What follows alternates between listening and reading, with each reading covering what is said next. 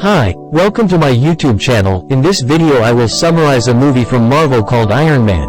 The movie starring Robert Downey has a rating of 7.9 on IMDb. Without lingering, let's go straight into the movie. The beginning of the movie shows a charismatic businessman named Tony Stark who is being escorted by a company of soldiers through the streets of a desert.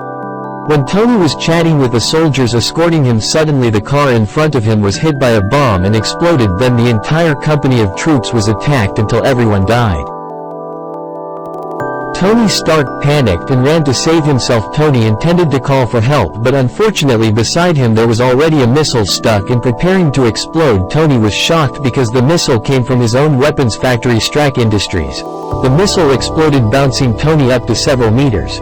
Tony could still regain consciousness, but his chest was full of blood. Tony woke up and was surrounded by terrorists beside him. Then the scene switched to 36 hours ago, where Tony Stark was attending a military award ceremony. Tony Stark, who was originally called by Colonel Rhodes to receive the award, did not attend the event, so his colleague Obadiah Stane, who led the industrial staff, replaced him to say the thank you speech. On the other hand, Tony himself was having fun playing gambling with the ladies. After the party, Colonel Rhodes followed Tony to the gambling place to give his award directly to Tony. The two of them were close friends. After that, when he was about to enter the car, suddenly a reporter named Christine called him and asked a few questions. Initially asked only an interview about the adverse effects of weapons owned by the Stark Industries, but because of his expertise in flirting with women, finally the reporter was invited to play doctor with Tony. In the morning, Christine woke up and was amazed to see the view at Tony's house. Christine was looking for where Tony was. Suddenly from behind the woman came Tony's assistant. He was named Pepper. Potts Paper gave clothes to the woman and told her to go. Tony Stark turned out to be in his home workshop tinkering with the car engine. The paper approached him and reminded him that Tony was supposed to attend a meeting. The paper also said that Tony Stark still had a lot of work to do. The paper also slightly mentioned that today was his birthday. Tony also told Papa to buy gifts as he pleased using company money. After the morning event, Tony immediately drove his car to his private plane. On the plane, Rhodes looked angry because Tony was 3 hours late. The clever Tony finally invited him to get drunk to get happy again. Arriving in Afghanistan, Tony Stark met with the generals to make a presentation of weapons made by Stark Industries, advanced missiles made by Stark Industries called Jericho missiles. The Jericho missile was launched after the presentation ended. Tony Stark continued his journey by car again, like the scene at the beginning.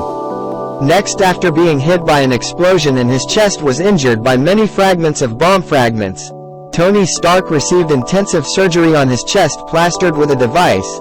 Tony woke up. He was confused when he saw someone who was shaving his beard. Tony got out of bed, but for some reason there were wires attached to his body. Tony opened the bandage and he was shocked because a foreign object was attached to his chest. Tony also asked what happened to him to the person in front of him named Janssen. Janssen explained that in Tony's chest there were a lot of bomb debris with palladium poison in his heart.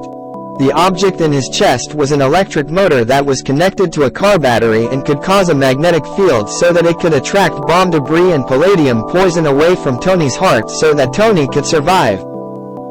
When Tony was talking, suddenly appeared from inside a group of terrorists who asked Tony to make Jericho missiles for them. Tony also refused.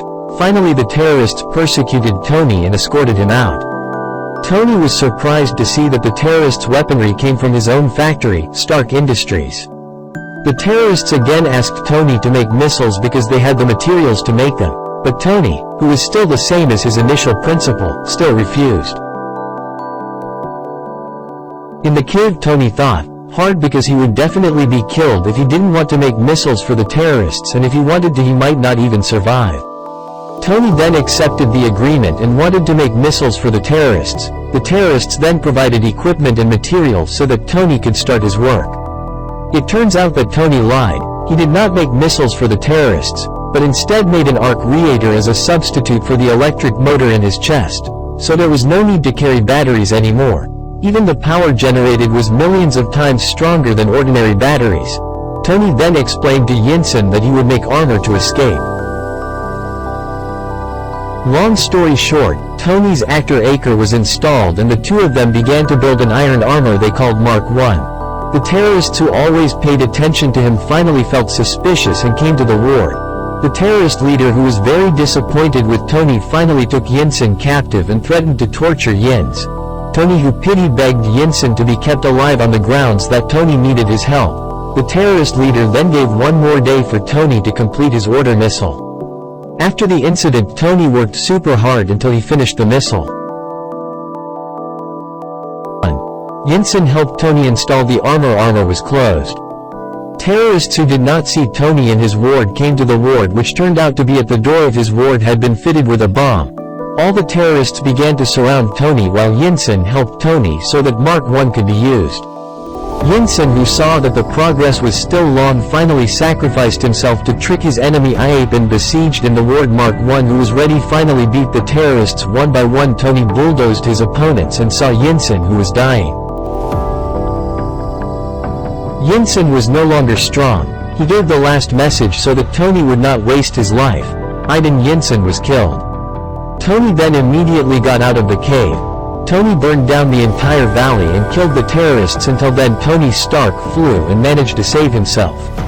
But unfortunately had not had time to escape far. Tony fell in the middle of the desert and forced him to inevitably have to walk across the desert. Fortunately, a helicopter ridden by Colonel Road appeared and saved him. Tony's return was welcomed by the paper, and Tony said that right now the thing he wanted most was to buy his favorite burger and hold a press conference. In the press conference, while eating burgers, Tony Stark revealed a bitter statement that Stark Industries will no longer sell weapons. All journalists and Obadiah Stane were shocked by this. In the factory, Obadiah met Tony next to the giant actor ACR owned by Stark Industries. Obadiah explained to Tony that Stark Industries was originally created to be a weapons factory. Tony argued that Stark Industries could sell other technologies such as nuclear reactors, for example. Obadiah laughed at Tony's idea, and then Tony showed that the arc reactor could be a new resource. Obadiah also wanted Tony to calm down and hide for a while so that the affairs of the directors of the Stark Industries were taken care of by him. At his residence, Tony Stark calls Pepper Pods to ask for paper help to pull the arc reactor cable in his chest and replace it with a new, more sophisticated ACR reactor. Elsewhere in a hangar, Road is educating his soldiers. Then suddenly Tony Stark comes. Tony offers Road a new project, but Rhodes rejects it and tells Tony to rest first after what has happened. In the evening, Tony Stark and Jarvis, his artificial intelligence assistant, to work on Project Mark II. To give some improvements better than the previous Mark I. Elsewhere around the desert, the terrorist group tried to dig up the remains of Tony Stark's Mark I.